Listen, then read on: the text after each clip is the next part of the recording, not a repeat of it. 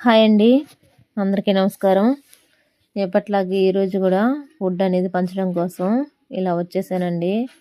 ఇలాంటి వారికి మనం కొంచెం అన్నం పెట్టడం వల్ల వాళ్ళు కడుపు నిండా భోంచేస్తారు. వారికి మనం ఇచ్చే ఆ ఒక్క పూట భోజనము చాలా విలువైందండి వాళ్ళకి.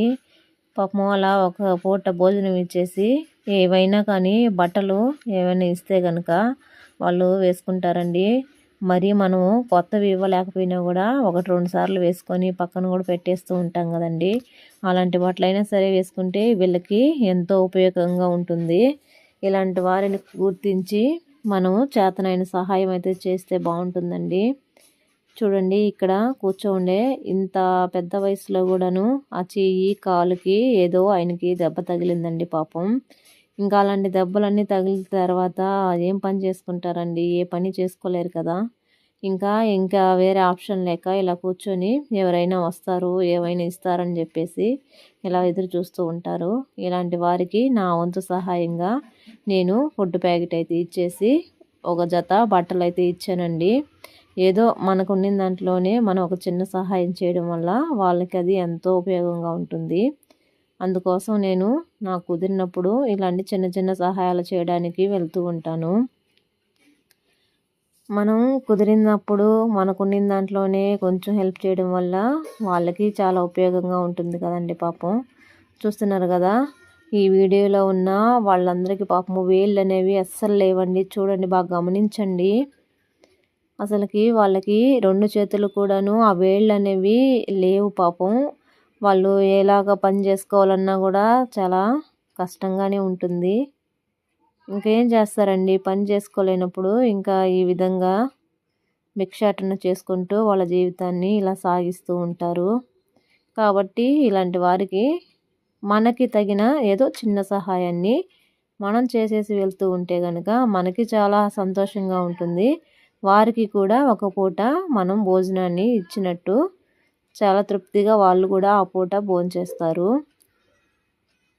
అందుకోసం అండి వాళ్ళు పాపము ఇలా బండి మీద కూర్చోంటే ఆ బండి నెట్టే వాళ్ళు ఒకరు కావాలి. ఇంకా ఒక చోటు నుంచి ఇంకో చోటికి వెళ్తూ ఉంటేనే కదండి వాళ్ళకి భిక్షాటనం చేస్తూ ఒక దగ్గరే ఉంటే కూడా రావు. కాబట్టి అలా ఒక్కొక్క ఏరియాలో తిరుగుతూ వాళ్ళు ఇలా భిక్షాటన అయితే చేస్తూ ఉంటారు. పాపం ఆ బండి నెట్టే వారికి కూడా ఒక ప్యాకెట్ ఇవ్వమ్మా అని చెప్పేసి అడిగారనమాట ఆవిడ. ఇంక మనం తీసుకెళ్ళింది అలాంటి వారికి ఇవ్వడానికి కాబట్టి ఇంకా ఆ నెట్టుకునే ఆయన కూడా పాపం వచ్చేసారండి సమయానికిను.